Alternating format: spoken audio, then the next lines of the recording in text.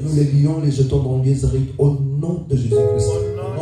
Règne au milieu de nous, car la parole est souveraine. Dans le nom de Jésus, ainsi nous avons prié. Amen. Amen. On acclame le Seigneur. Dis bonjour à ta soeur, dis bonjour à ton frère. Dis-lui que tu n'as pas commis l'erreur de venir ici cet après-midi. Amen, amen, amen. Alléluia. Amen, amen, amen. Il est merveilleux notre Seigneur. Tu n'as pas commis une erreur d'être là cet après-midi. Amen, amen, amen. Le Seigneur va te bénir. Alléluia. Amen, amen, amen, amen. La Bible dit vous connaîtrez la vérité. Alléluia. Et la vérité va vous affranchir. Alléluia, amen, amen, amen. La vérité vous donnera la liberté aujourd'hui. Amen, amen, amen. Je disais que la liberté, amen, amen. La parole de Dieu va te donner la liberté aujourd'hui. Amen, amen, amen. Alléluia. Amen.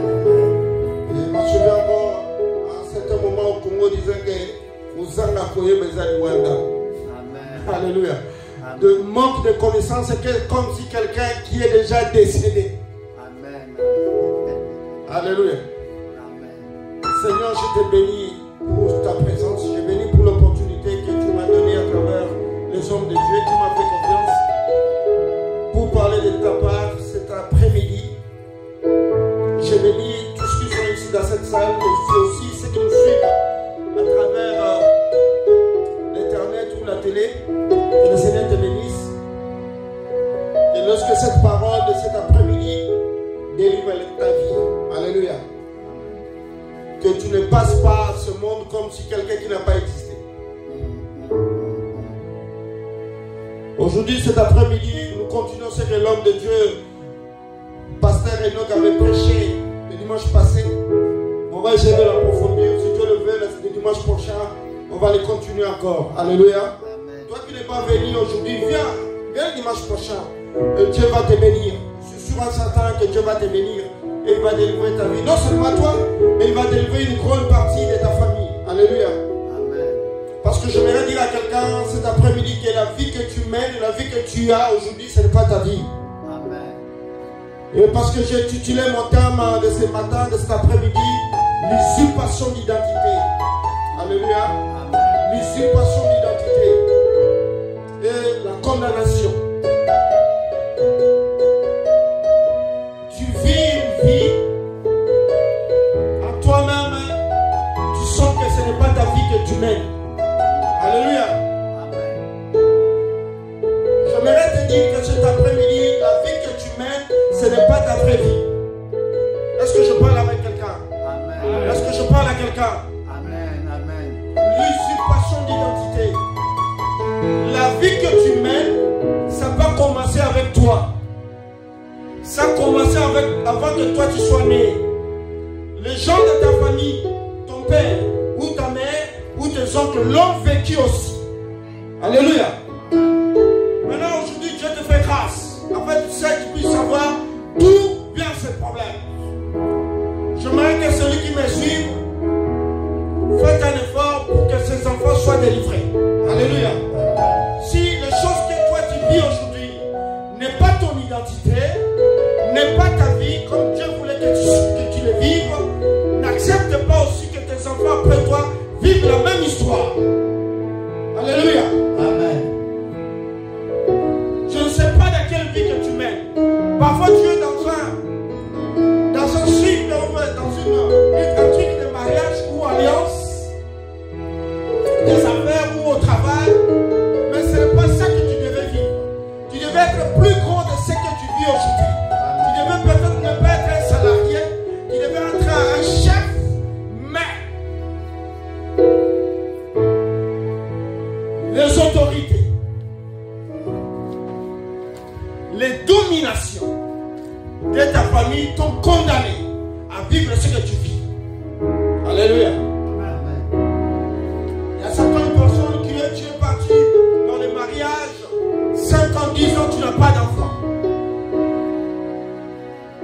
Tu peux commencer quelque chose, tu n'arrives pas à le finir parce qu'il y a des interdits. Alléluia. Parce qu'il y a quelqu'un, une autorité de ta famille, il a fait des alliances, il a vendu une partie de génération.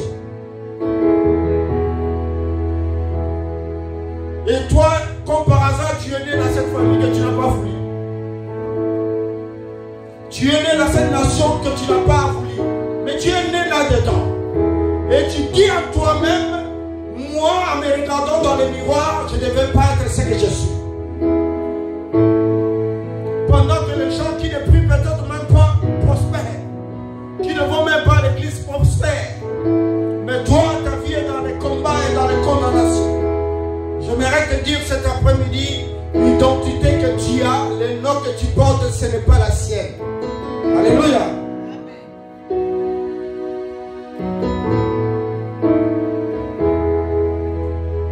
J'étais en train de lire dans le livre des Actes des Apôtres en venant en prenant le transport.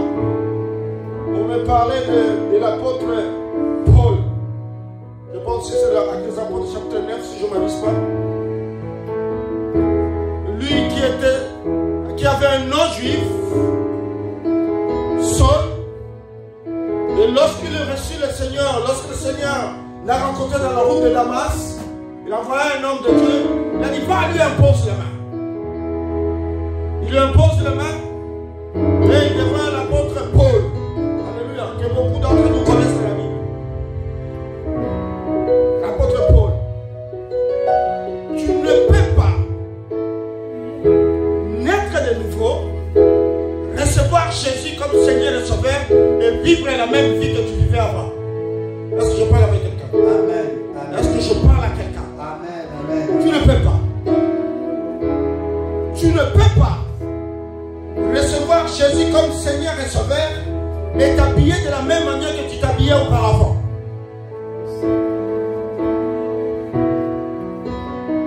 Usurpation d'identité. Actes des Apôtres chapitre 9 verset 10 à 18. Ça c'est une parenthèse que j'ai ouverte pour mon introduction. Mais ce matin, je vais parler de ce que le pasteur Renaud qui nous a commencé la semaine passée. Mais comme il n'a pas eu vraiment ce temps, l'Esprit de Dieu, avec les hommes de Dieu, m'a dit, Si tu le peux prêcher. J'ai dit gloire à Dieu. Nous sommes dans le livre de Daniel chapitre 1.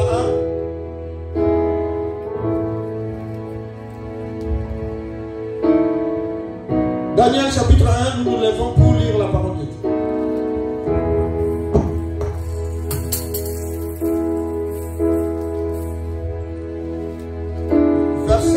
Chapitre 1, verset 1 à 16. Nous le lisons au nom de Jésus. Amen. Alléluia. Je lis la parole de Dieu. La 3e année du règne de Joachim, roi de Juda, Nabuchodonosor, roi de Babylone, marcha contre Jérusalem. Il assiégea, verset 2. Le Seigneur, il assiégea Babylone, il assiégea Israël, Jérusalem. Le Seigneur livra entre ses mains Joachim, le roi de Juda, et une partie des ustensiles de la maison de Dieu. Si ta Bible souligne les ustensiles de la maison de Dieu. Nabuchodonosor portant les ustensiles du pays de Shinar dans la maison de son Dieu. Souligne encore dans la maison de son Dieu. Il est mis dans la maison du trésor de son Dieu. Verset 3. Le roi donna l'ordre à Shadpenaz, le chef des eunuques, d'amener quelques-uns des enfants d'Israël, des races royales, sous une race royale, ou des familles nobles. 4. De jeunes garçons sans défaut corporel, beaux de figure, doués de sagesse, intelligents et d'instruction, capables de servir dans le palais du roi, et à qui on enseignerait les lettres de la langue des Chaldéens. Souligne Chaldéens. Le roi leur enseigna pour chaque jour une portion de mets de sa table et du vin dont il le buvait, et voulant les élever pendant 3 années, au bout desquelles il se rendait au service du roi. Il y avait parmi eux, d'entre les enfants de Juda, Daniel, souligne Daniel, Anania, Michaël et Azariah. Ces 4 noms-là, c'est très important. Le chef des eunuques leur donna des noms à Daniel. Celui de Belshazzar, et Anania, celui de Shadrach. À Michaël, celui de Meshach, et Azariah, celui de Ben-Nico. Verset 8. Daniel résolut de ne pas se souiller par les mains du roi et par les vins dont le roi buvait. Et il pria le chef des eunuques de ne pas l'obliger à se souiller. Dieu fit trouver à Daniel faveur, souvenez la faveur, et la grâce devant le chef des eunuques. Le chef des eunuques dit à Daniel: je crains mon Seigneur le roi, qui a fixé ce que vous devez manger et boire.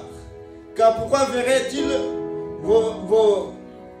votre visage plus abattu que celui des jeunes gens de votre âge?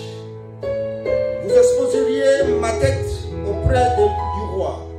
Alors Daniel dit à l'étendard, à qui le chef des eunuques avait remis la surveillance de Daniel: Azariah, Michaël et Azariah. Éprouve tes serviteurs pendant 10 jours, qu'on nous donne de légumes à manger et de l'eau à boire. Tu regarderas ensuite notre visage et celui des jeunes gens qui mangent de les mains du roi. Et tu agiras avec tes serviteurs d'après ce que tu auras vu. et leur accorda ce qu'ils leur demandaient. Et ils éprouva pendant 10 jours. Au bout de 10 jours, ils avaient un meilleur visage, plus à bon point que tous les jeunes gens qui mangeaient le mets du roi. Et elle étenda apporter le mets et le vin qui leur était destiné et leur donnait de l'équilibre. Amen. On peut s'asseoir. Alléluia. Maintenant, regarde-moi.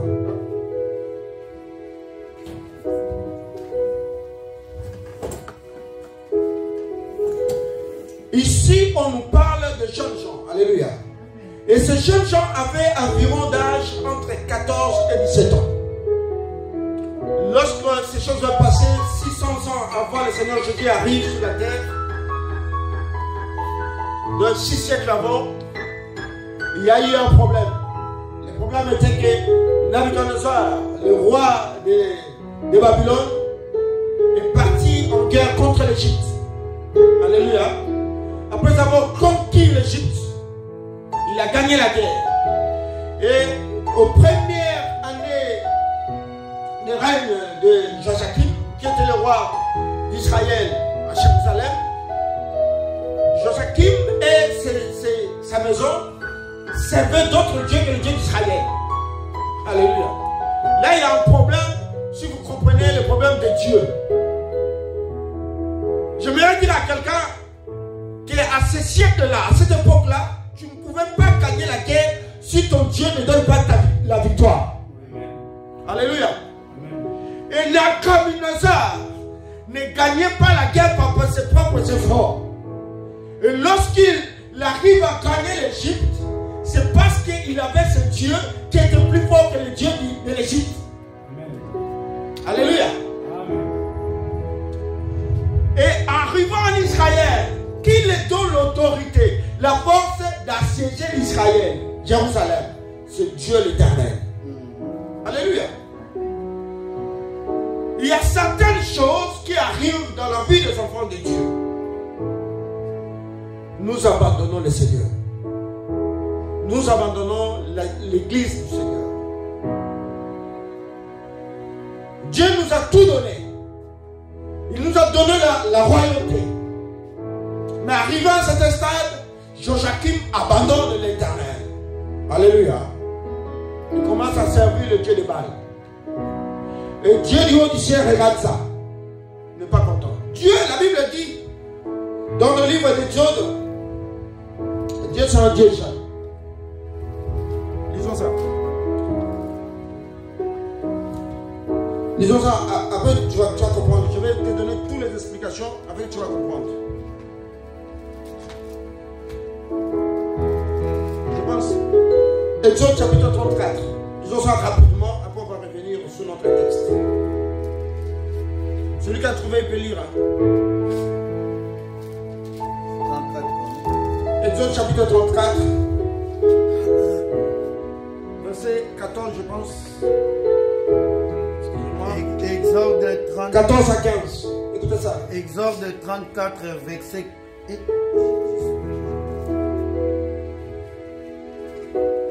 Exode 34, verset 15 à 14 à 15.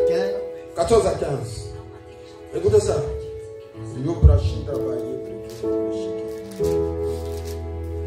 Je lis la parole de Dieu. Amen. Tu ne te prosterneras point devant un autre Dieu, car l'Éternel porte le nom de jaloux. Yes. Et il est Dieu jaloux. Garde-toi de faire alliance avec les habitants du pays, de peur que se prostituant à leur Dieu et leur offrant des sacrifices, ils ne t'invitent que tu ne manges leurs victimes. Alléluia. Amen. Et Zambé. Seigneur, aide-moi. Amen. Aide-moi, Seigneur. Aide-moi. La Bible dit, c'est pas moi qui dis, hein? La Bible dit Dieu c'est un Dieu.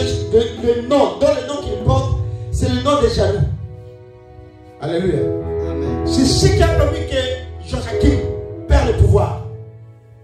Tu ne vas pas te prosterner devant d'autres dieux. si ce n'est que le Dieu de l'Éternel, le Dieu d'Israël. Alléluia. Amen.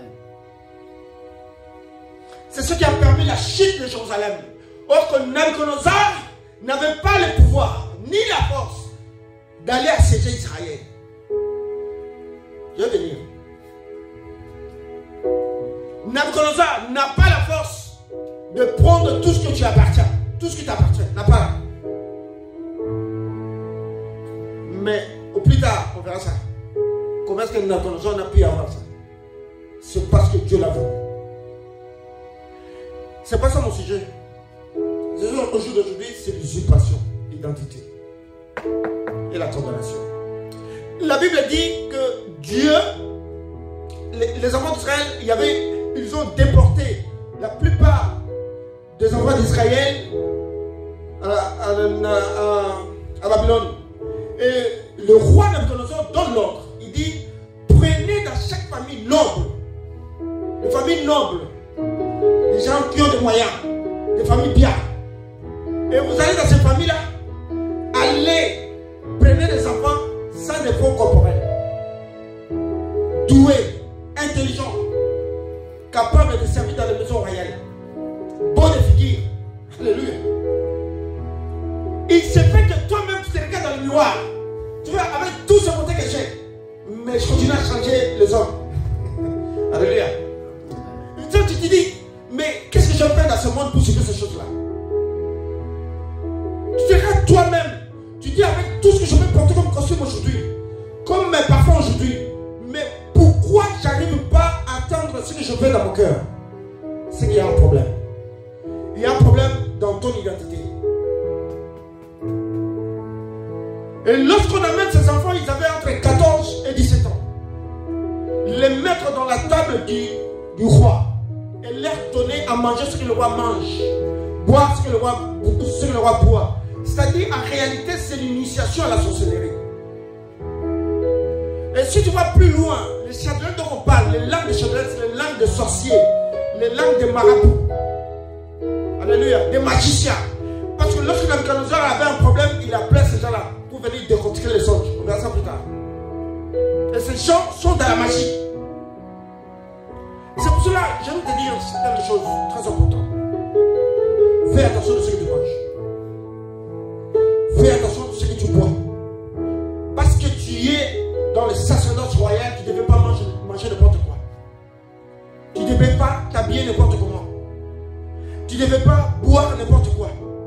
Alléluia. Dans le but de servir dans la maison de leur roi. L'usurpation d'identité. Bien que tu as quitté un certain pays, je ne sais pas, l'Angola, le Congo, le Brésil, je ne sais pas moi, tu es arrivé ici.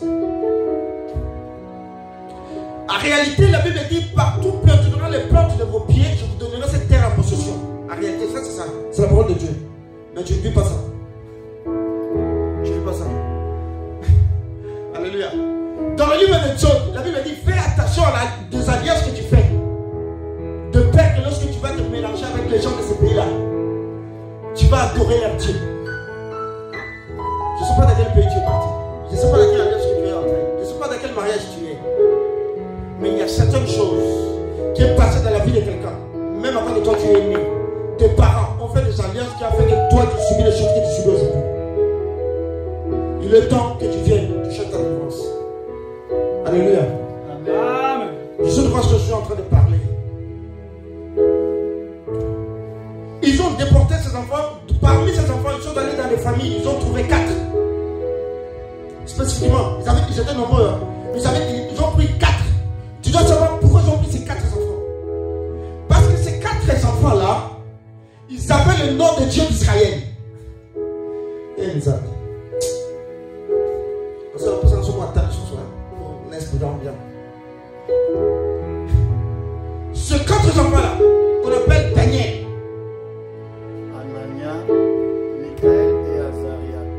Je vais voir te donner un conseil, toi qui me suis. Ne donne pas les noms de la Bible si tu ne connais pas l'explication. Tu risques de donner le nom des commandants des diables. Combat Zarito, quoi. Combat Esther.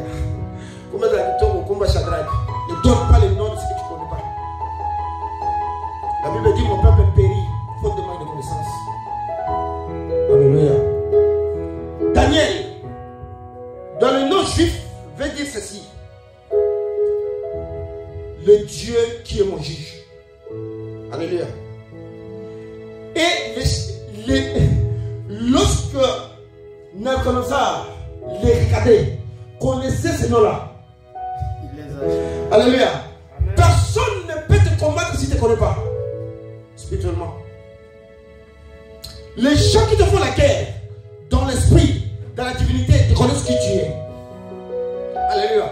Dans les pays où nous sommes, dans les esprits, dans le monde spirituel, surnaturel, nous connaissons qui nous sommes. C'est pour ça que tu vois, il y a tout le temps des combats. Alléluia. Et Nabucodonosor connaissait les significations de ce nom. Daniel qui vient dire le Dieu qui est mon juge. Et Nabucodonosor, il dit changer les noms. Et lorsqu'il change les noms, il donne le nom de leur Dieu. Vous allez comprendre que le problème n'est pas là sur le physique. Le problème est sur le surnaturel. C'est pour cela. Jésus est venu, il dit que je ne suis pas venu pour les choses de ce monde. Je suis venu pour les choses du royaume de mon Père. Il parlait des choses invisibles que vous ne voyez pas. Les surnaturels. C'est pour ça que j'ai toujours l'habitude de dire la bataille est surnaturelle. Le combat n'est pas charnel. Le combat est spirituel. Le problème que tu as, tu peux changer les églises. Ça ne finira pas parce que cette maladie, il est maladie spirituelle. Tu peux changer de foyer en foyer, de maison en maison, le mariage au mariage, le travail au travail. Tu as un problème spirituel. Amen. Alléluia. Tu peux changer de pays en pays. Tu as un problème surnaturel.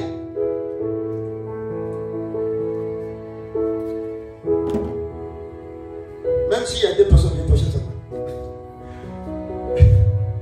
J'aime ça. Parce que je te dis brièvement un petit témoignage. Ces derniers temps, ils ont cherché à me tuer. Ces gens ne se fatiguent pas. Je te dis que le diable ne se fatigue pas. Je suis une parenthèse. Je vais tout le temps me tuer. Mais je comprends à tout moment. À tout moment, il y a l'esprit de discernement de savoir à ce moment, c'est le diable qui m'attaque. Ça, c'est pas une vie normale. J'ai compris directement, je suis entré en gêne. Je commence à prier, à intercéder, à chercher ma défense et continuer tous les jours. La Bible dit priez sans cesse. Faites à tout temps toutes sortes de prières, de supplications, des actions de grâce. On verra ça plus tard parce que le temps est largement passé. Le dimanche prochain, je ferai un effort de venir en temps. Même s'il n'y a pas de gens pour avancer. Les gens qui sont sur la ligne vont être bénis. Mais faites un effort de venir ici. J'ai beaucoup à dire en communiquer à cette église. Et je suis entré en gêne de combat financièrement. Ils m'ont combattu d'une manière impossible. Impossible. Ils se sont réunis l'une après l'autre, les gens de la famille, des alliances, dans mon travail. Il y a même des gens, vous savez, vous allez dans des centres de travail, vous arrivez là-bas, il y a des gens qui font des alliances dans ce travail-là pour que toi tu n'excèdes pas. Parce que toi tu n'avances pas. Parce que tu n'as pas leur Dieu. Ils ont d'autres dieux qui amènent au travail. Sachez-le que les gens que tu vois ici dans ce pays n'utilisent pas seulement l'intelligence que Dieu les a donnée, ou ils sont nés avec. Ils ajoutent autre chose. Alléluia. Ils ajoutent autre chose. Ils travaillent avec autre chose. Pendant ce moment, je vais en vacances. Je vais au bled. Il va chercher quoi? Alléluia. Lorsqu'il arrive, même le chef est dans sa poche. Et toi, tu as tout le temps des problèmes sur le travail. Là, sachez que là où tu vas dans ce travail-là, il y a d'autres dieux là-bas. Alléluia. Il y a d'autres dieux. Shadrach, Meshach, Abednego. Je donne l'explication. Je vais donner rapidement le nom des explications avant qu'on arrive avant de terminer. Et je vais continuer sur le dimanche prochain. On lui a donné le nom, Daniel, on lui a donné le nom de Belshazzar, qui veut dire protège le roi. Et le deuxième nom, Anania, l'Éternel est bienveillant. Le nom de l'Éternel est bienveillant. Mais il a donné le nom de Shadrach, qui veut dire le commandant d'Akouk. Aujourd'hui, j'aime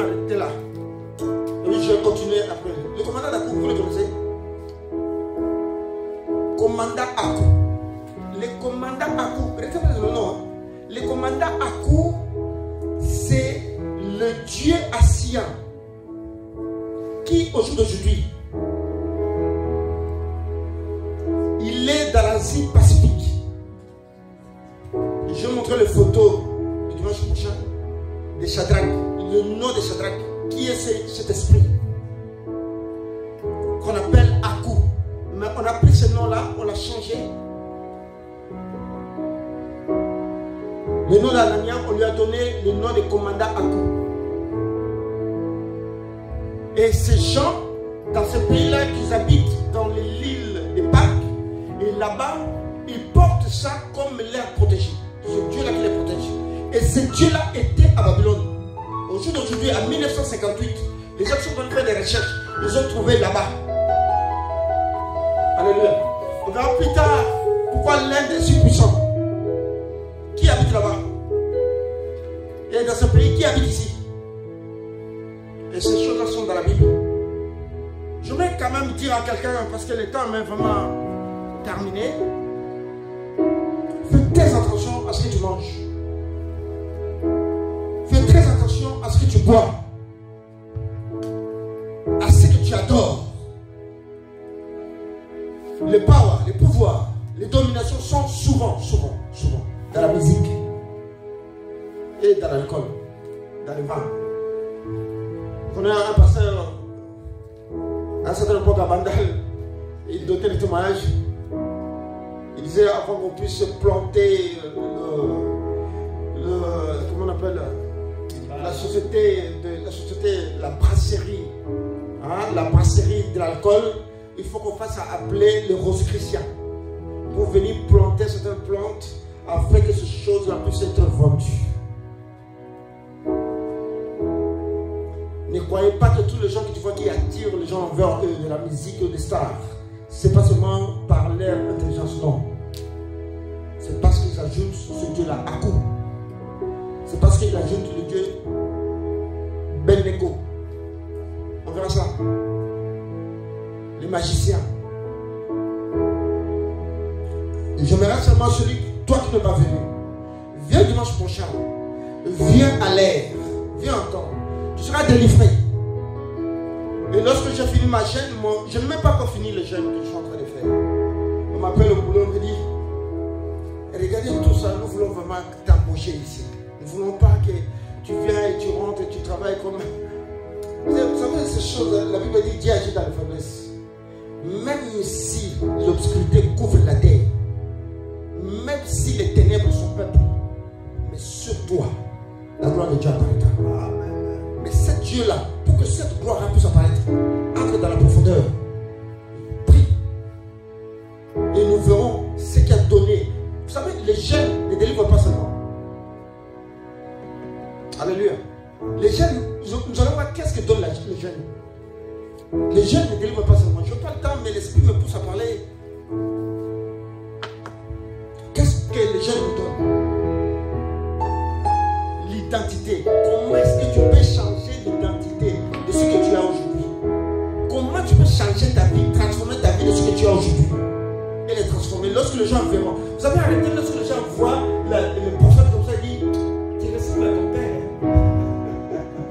Alléluia. Hein? Tu ressembles à ton père. Et il a commencé à la vie. Il a dit ça, c'est la mère de l'Éternel. Alléluia, on acclame pour le Seigneur. On acclame pour le Seigneur. On acclame pour le Seigneur.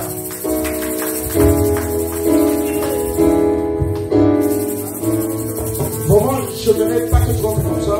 Je voudrais que le dimanche prochain, j'invite beaucoup de gens. Et les gens seront délivrés. Je vais bénir. Que Dieu vous bénisse.